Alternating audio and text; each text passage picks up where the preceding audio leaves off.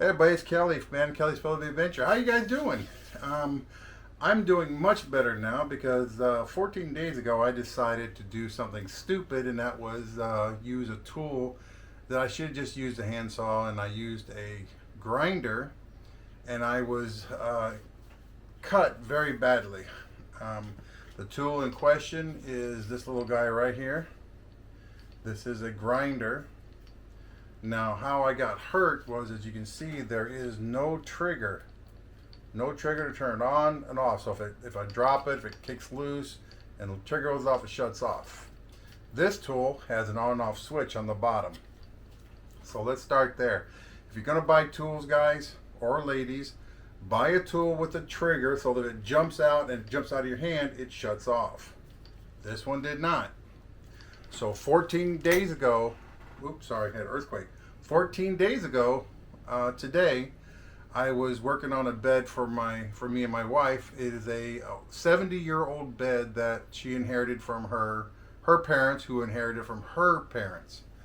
The running boards on the side were very badly damaged, and they were old and rotten. Some were warped. So I decided to replace those with angle iron, and I made my own little, you stick them in the hole and they latch on. So I made it my own. That worked out fine. The issue came to where I was doing some 2x4s to put underneath as middle support on the bed. And I was holding it with one hand and I was cutting with the other. And I hit a knot, I guess, and it jerked out of my hand. So when I was cutting, it was cutting like this, and it kicked loose, and just as it kicked, it went right out of my hand, and I had just enough time just to, like, it was instant, and it cut me from my arm all the way down into underneath my arm. It was a very bad one. When it happened, I immediately looked down and thought, okay, I got hit, but did it cut me? And I didn't know.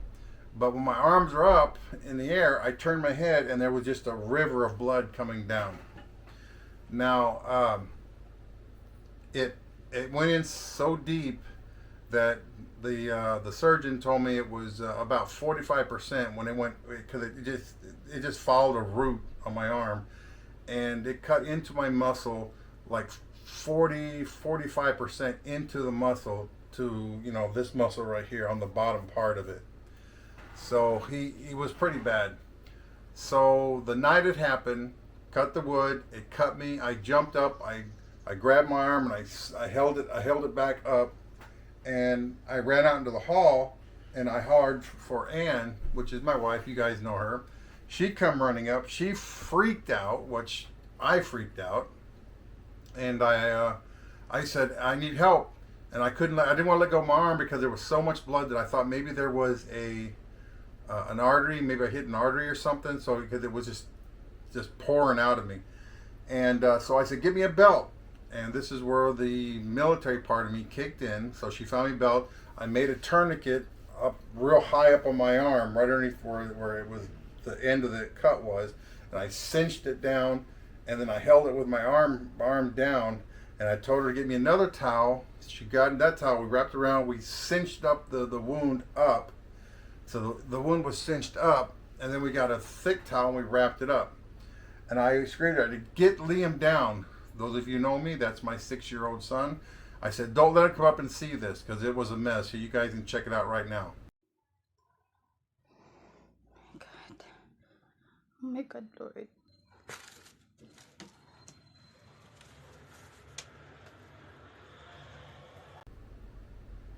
Okay. As you can see, it was a mess.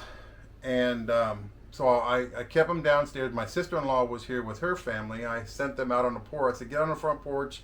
I didn't want the kids coming up here and seeing that or seeing me. We got it bound up. She said, let me call an ambulance. I call an ambulance. That would have been the smart thing to do. It really would have. But at the time, I didn't know how bad a damage it was on the inside. So I said, look, we're 15 minutes away from the hospital. I'll drive myself. Not very smart. But at the time, again, I was trying to remain calm.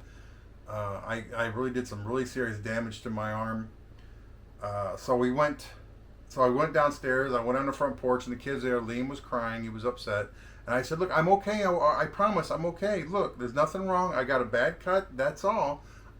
Me and Mama are gonna go to the doctor. You stay here with your aunt or your tita, Jinx, and I'll be back and I'll call you from the doctor's office. But just stay here and don't go upstairs. I'm okay." And then we left immediately. Now, you think I'd get to the emergency room, which is a private hospital we go to, the same one that Liam was born in. We show up there, we come in, we explain what happened. The doctor had me sit on the table. They looked at it. They said, "Yeah, we're going to have a surgeon come in." It's like, oh, okay. So they called a surgeon. 2 hours later, folks, 2 hours, I sat in the emergency room with a tourniquet on, and me with these big, huge, blood dripping towels on my arm. The surgeon shows up. He looks at it. "Yes, we need to get you in surgery immediately." I'm like, wow, that would have been nice 2 hours ago. So we get into we get in there, and he's got me laying on the table with the arm part kicks out on the side, like this, and he's looking around, he's cleaning it, looking, he's sewing it, he's doing everything else, and he says, "I'm going to give you a something to help you sleep." I'm like, okay, because they didn't knock me out for the surgery, they just wanted to put me to sleep. Well, it's the same thing, I guess. It's kind of hard to explain. I was kind of loopy when he was telling me all this. I was kind of nervous. So anyway, they gave me they had an IV, so they put the stuff in the IV. The doc's cleaning it all out, and we're talking and everything. And he told the nurse, "Give me 10 milligrams more or 15. I don't remember what he said. So he said, "Give him some more." So he gave me some more. 20 minutes later, he stops working. He looks at me and he said, "You're still talking?" And I said, "Yeah, I thought we were just having a conversation about the arm and how what happened and blah, blah, blah." And he goes, "No, you don't understand. You should be sleeping right now." And I said, "Well, I'm not even a little bit remotely sleepy." He said, "Well, I gave you enough to knock you out. You should be sleeping." I said, "Well, okay, doc, I'm not denying that. I'm just not sleeping." He was shocked. And I wasn't a bit sleepy. It didn't even affect me. He said, "Well, I can't give you any more, so are you in pain?" I said, "No." He goes, "Well, don't look over here. It's kind of bad, so don't look over here." And that wasn't an issue because I don't want to see it. I saw it when I did it. I know how bad it is. So he patched me up. Took about 45 minutes or so to sew it all up and get it all back to normal. And then they were going to send me upstairs to a room, and it was a 2-person room with a curtain between us. And I had to have Anne pay for this room before I even knew we were going to stay at. I assumed we were going to stay at the hospital. I didn't want to, so she had to pay for the room. And then they sent me upstairs, and I said, "I'm fine, and I'm still awake. I'm not groggy. I'm not dizzy or anything like that." So I said, "I'm not staying here." And they said, "Well, sir, you already paid for room." I said, "Well, can't you reimburse me? We haven't even sat on the bed. It's exactly the same." "Oh, we can't do that." So we're in the room now. We walked into the room where we're gonna stay, and I feel fine. I want to go home. There's nothing else wrong with me other than I got the giant pressure bandage kind of thing on me, and I said, "I'm not staying. I'm just not going to do it." And they said, "Well, sir, we can't let you leave." And I said, "I'm not asking you to let me leave. I'm telling you, I'm leaving. That's it. I'm going to go home." So they finally decided to say, "Well, sir, if you sign a waiver, we can let you go home, but you have to come back in the morning so we can check it." I said, "Okay, now before I leave, were you going to check this, unwrap the whole thing, take off these pressure bandages, take it all off, and then examine it, halfway through the night?" They said, "No, sir, we were just going to monitor you." Oh, I said, "I don't need monitoring. I got a wife who can monitor me from home. There's nothing else that can be done until tomorrow when they check it." They said, "Okay, sir." So I signed out and I went home. Now, before I went home, they wouldn't give me the money back. Remember that, for the room. Well, in the room, there was another gentleman on the other side of the curtain. He was there for whatever reason. His wife was at the foot of the bed, curled up like a puppy. And I said, "So you guys going to rent this room out again?" And they said, yes, sir, we'll probably rent it out. I said, don't worry, I already paid for it. It's mine for the night, correct? And she said, yes, sir. Yeah, it is. It's your room till tomorrow morning. If you're not going to use it, we'll just rent it out. I said, okay. I said, ma'am, I'm talking to the gentleman next to me, ma'am, I already paid for this bed, but I'm not staying.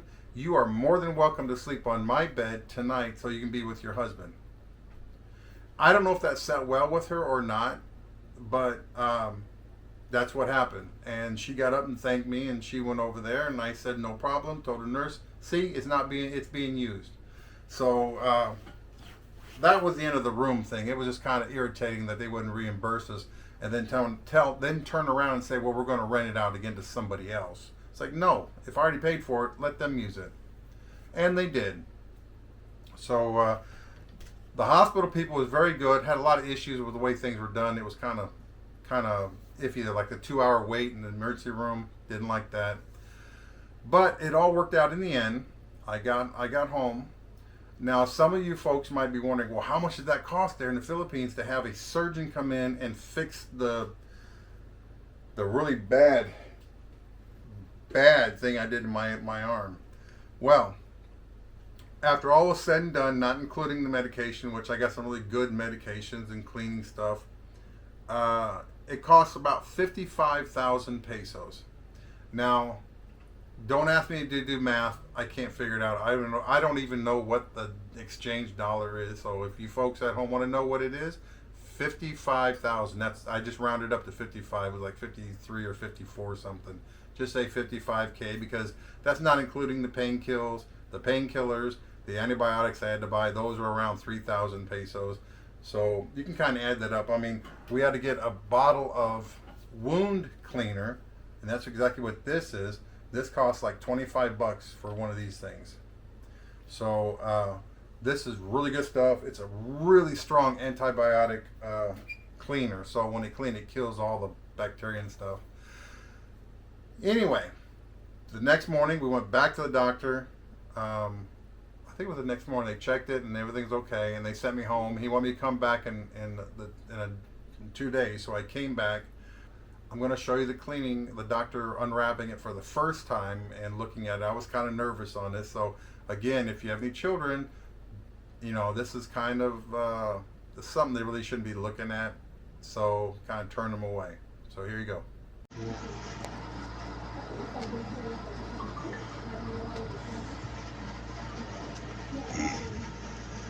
Kind of scared to look at this.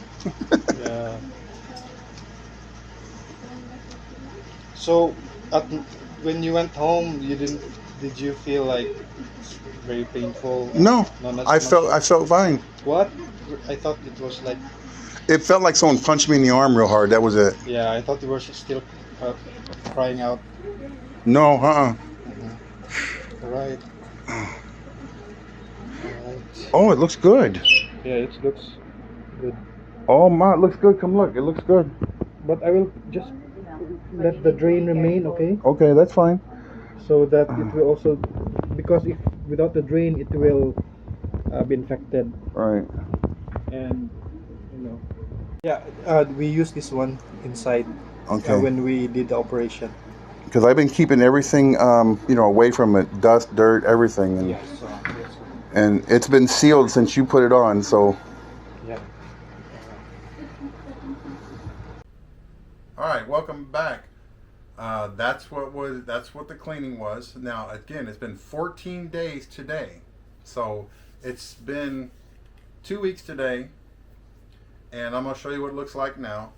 So again, I'm shocked. When the doctor looked at it, you're healing really well. The last time I went was like 3 days ago, and he looked at it, he was shocked. He said, you're healing so fast. Yes, but it still leaks, and they took out those, you see in the video, they had little rubber drains on the front and the back. That's a little white thing hanging, that's a drain. They took those out the last time I went, and he told me just to put a Band-Aid and keep it covered, because it is an entrance. The back drain has already closed up, so only the front one is. And it drains a fluid, not blood, anything like that. It's just a clear water, because your body makes this watery fluid to flush out bacteria and help keep a wound clean. So that's what I keep, and it's still draining. So So this is what it looks like now. So this is here now. As you can see, it's still swollen a little bit right here. You can see a little swelling right here. But he did a really good job on it. He did a real good job. I got to keep my arm, which was kind of iffy at the moment. Now there's some consequences of me doing this. This is one of them. The back of my hand, I have feeling all the way down to my elbow. It's all good.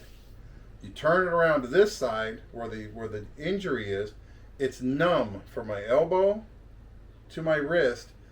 You could poke it with a needle and there's no feeling. But the weirdness part is it hurts and it burns like it's asleep. You know when you get that, when your foot's asleep and it burns real bad when it wakes up? That's what it's constantly doing. I asked the doctor, what is that? He said, well, you cut all the nerve endings when you cut this, because this piece here was literally hanging like this far down. You can look in and see all kinds of, ew. So the nerve endings, I got nerve damage, and it's pretty severe. He said sometimes the nerve endings can reconnect, sometimes they don't. But I asked, I said, will I live in this, will this always hurt like this? He said, no, over time, it'll go away, but you still may not have any feeling. Okay, I can deal with the no feeling, but it feels like somebody took a hammer, just bang, bang, bang, and that hurts. So, yeah, that was my day. 14 days ago today. I still have trouble sleeping because no matter what I do, if I roll over and I roll over on it, oh my gosh, it hurts. Or if Liam comes up and Liam grabs my arm and he pulls it, he's like, "Hey, Dad!" I'm like, no, don't do that. But I was lucky. The doctor said I missed the main artery by about 1/2 inch, and that's very lucky. The unlucky part was, when it went into my arm on the upstroke, because it came down here and it did like a snake and it went up this way. Right here, it cut into this muscle, and it went about 45% into the muscle itself. So they had to sew that up, which left me with a very strong grip because of this muscle here. But if I go to lift something, like a gallon of milk or something like that, it's weak as heck, and it hurts because it's only been 14 days. It's going to take a while to heal, but my muscle is very weak. So yeah, there's that issue. But again, I got to keep my arm, and they all work. It didn't cut the tendons. It didn't cut any of that. It went right around all the important stuff, thankfully. So if you're going to be out there buying tools, ladies, gentlemen, when you buy these tools, don't buy them with an on and off switch like that. Buy them with a trigger on and off, so if it kicks out of your hand, it'll shut off automatically. This tool here, it's going bye-bye. We have people who work on our houses, and I'm going to tell them what happened to me, and I'm going to say, you're welcome to have this tool if you want it. I'm not going to sell it. I'm going to give it away. I am not going to keep any tools anymore that do not have a trigger on and off. So I suggest if you buy an electric tool, especially any kind of cutting tool, that it works with an on and off trigger, not an on off switch. So I'm doing fine, guys. I'm healing. We're going to try to do some more videos as soon as I get all better. I hope this video wasn't too gross for you. I'm sorry if it was. If you have any questions, please leave them in the comments below. If you haven't subscribed, please subscribe. Check out some of our other videos. It's pretty cool, I think. It's a fun time here, other than halfway cutting your arm off. So I'm going to cut this off now, and we'll see you on our next Philippine adventure. Bye-bye.